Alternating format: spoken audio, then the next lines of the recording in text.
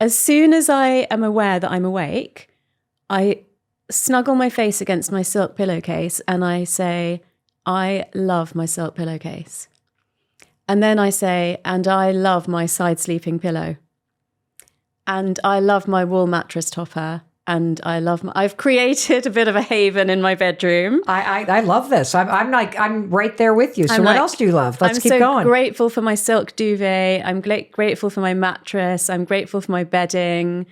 Usually that's the minimum. I might do the temperature in the room or how quiet it is.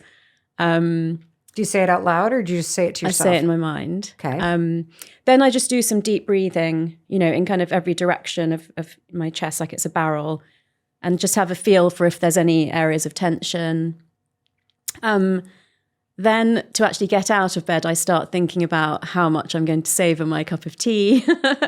And then I go downstairs and I take my probiotic. And then because I have to wait 10 minutes until I have my cup of tea, I do my oil pulling.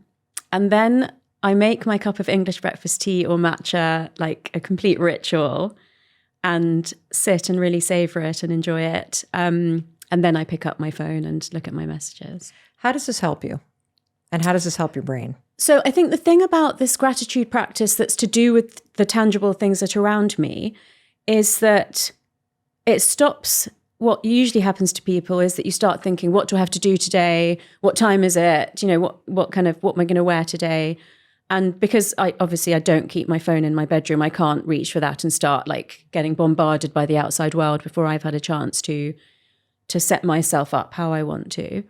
There's a lot of scientific evidence for the benefits on your mental health and your longevity of gratitude. So basically, I'm not letting my brain kick in. I'm going straight to the gratitude, so I can't even think about anything else. And of course, then that makes me feel good already. What are other key habits that you have as a neuroscientist throughout the day that continue to help your brain to thrive like this? I'm going to be really honest with you and say I'd prefer to start by going to the end of the day because those are the real key anchors for me. And I just want to keep it really real and say that there are days where I don't do anything else consciously in the rest of the day. And I just live, do my day. But I will come back to, there are some things, so I will come back to them. But I would say second in importance is the fact that I have my vision board next to my bed. So it's the last thing I look at night. Let's talk about the vision board because you called it an action board. Yeah. Why does a vision board work? I've been doing them for 15 years and I've manifested a lot of things through my vision board. Like what? What have you manifested through a vision board? I'm saying, Dr. Tara. So I started when I quit my job as a medical doctor and I started my coaching practice. So I literally had no money, no clients, got to the point where I wouldn't be able to pay my rent and my bills. So at that stage, I did include an actual amount of money that I needed to earn. And so for the first 3 years of running my business, I doubled that figure each year. And then after that, I just put symbols of abundance because I didn't need it to be a specific amount. I've manifested a lot of travel, but sometimes spooky. So I saw a picture of a tanned girl snorkeling. And I love snorkeling. So I put her on my vision board just to have a vacation that was that kind of vacation. Yes. And at this point I was single and I used to go on Christmas vacation or the holidays with my best friend who lived in Australia. And we would often choose where to go because I would see how many air miles I had and say, oh, I can get a flight to this place. So the year that we decided we would meet in Rio de Janeiro, was because that was the only flight that I could get with my points. And I suddenly had this inkling that I hadn't been aware of. And I went and looked at my vision board and in tiny writing under the snorkeling girl, it said Rio de Janeiro. I have so many more examples of things like that as well. Well, what I also love about this is that you take it a step further and you don't say, what a cool accident.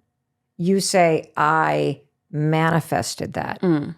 And how does a vision board, which you call an action board, program your brain for thriving? So it is a vision board in the sense that most people will know what a vision board is. But the difference is, like I said about kind of, quantum physics before I wrote it through cognitive science, did give an idea that you should create this vision either in your mind or on a board. Often it was quite fantastical compared to what the person's life was actually like. And I do believe it's got to be somewhat realistic. And then sit at home on the couch and wait for it to come true. Wait for the check to come in the post. Wait for, the dream partner to bang your door down.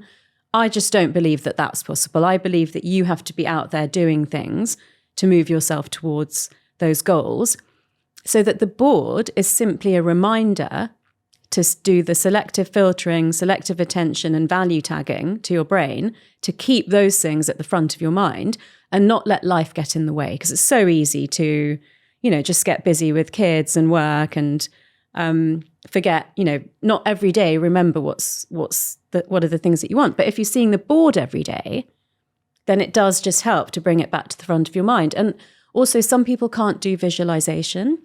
So especially for them, actually having the visual images like ready to look at allows you to get into that next step, which is visualize it being true. So close your eyes after looking at the board and immerse yourself in the feeling of those things actually being true. Like you're in Rio de Janeiro, where you're with your loving partner, you're doing really well at work. Like feel that through your 5 senses and then give gratitude for that feeling of like, wow, with my eyes closed, I can feel that I'm holding my partner's hand and our feet are in the sand in Rio and we could afford this vacation because we're both doing really well at work. Because what you're really summoning is that magnetic energy that you talked about. Yeah. Like what's actually happening in your body and in your mind when you go through this process of creating a vision board and then visualizing it and allowing the wave of gratitude associated with that happening to fill your body. What happens in your brain? So when you visualize something really strongly and you integrate your senses, your brain can hardly tell the difference between that being true and that being a created feeling by you. And because anything new is the biggest threat to the brain, uncertainty and novelty are the biggest threats to the brain, the more you visualize and embody the thing that you want, the more likely you are to take healthy risks to get it when it appears around you in the real world. So when you're feeling fear or shame or sadness, your blood is circulating a lot more of the stress hormone cortisol. When you're feeling love and trust and gratitude, you're circulating a lot more of the bonding hormone oxytocin. And those hormones are kind of on a seesaw. So if you're giving gratitude, then you're improving the release of oxytocin, and that's relatively reducing the stress hormone. So basically, love or gratitude, trust, those sorts of things can't coexist with fear and shame and sadness. So the more you push your brain into those emotions which correlate with that hormone, the less you're living in that state of fright, flight, and scarcity. So simply visualizing and feeling that wave of emotion that comes from being grateful for the visualization of something that hasn't happened yet coming true changes the chemical balance in your body. When you are immersed in that feeling, and think of a couple of the things that you'd like to happen right now and how good it would feel if they were true, you'll release dopamine, the reward chemical. So that has a really strong impact on your body. Then when you move it into, and now I'm giving gratitude for that, then you're also releasing oxytocin. So you've got this cocktail of like really feel-good hormones. What is one mistake that people make when they are making a vision board? I have now learned to leave a lot of space on my board because I don't believe that my brain is capable of knowing how much I could manifest in this world. So I love to leave a bit of room for magic. In the book, where I do the chapter on actually how to make the board, I say, get the board, lay the images onto it, really ask yourself, do I want everything that's an image on there?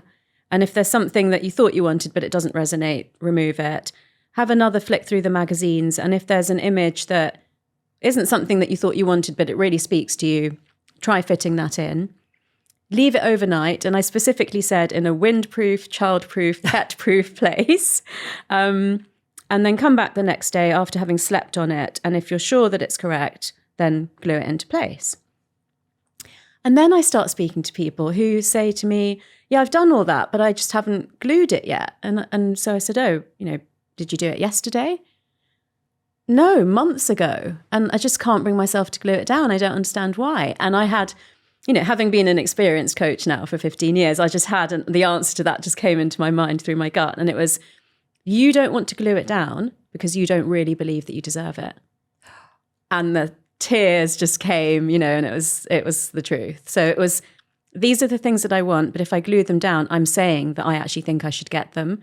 And deep down, I don't believe that. And that's why I haven't glued them down. So you might be listening now and think, oh yeah, I've done that too, but I didn't really know why. So hopefully it will help. What does the act of gluing signal to your brain in terms about what you want?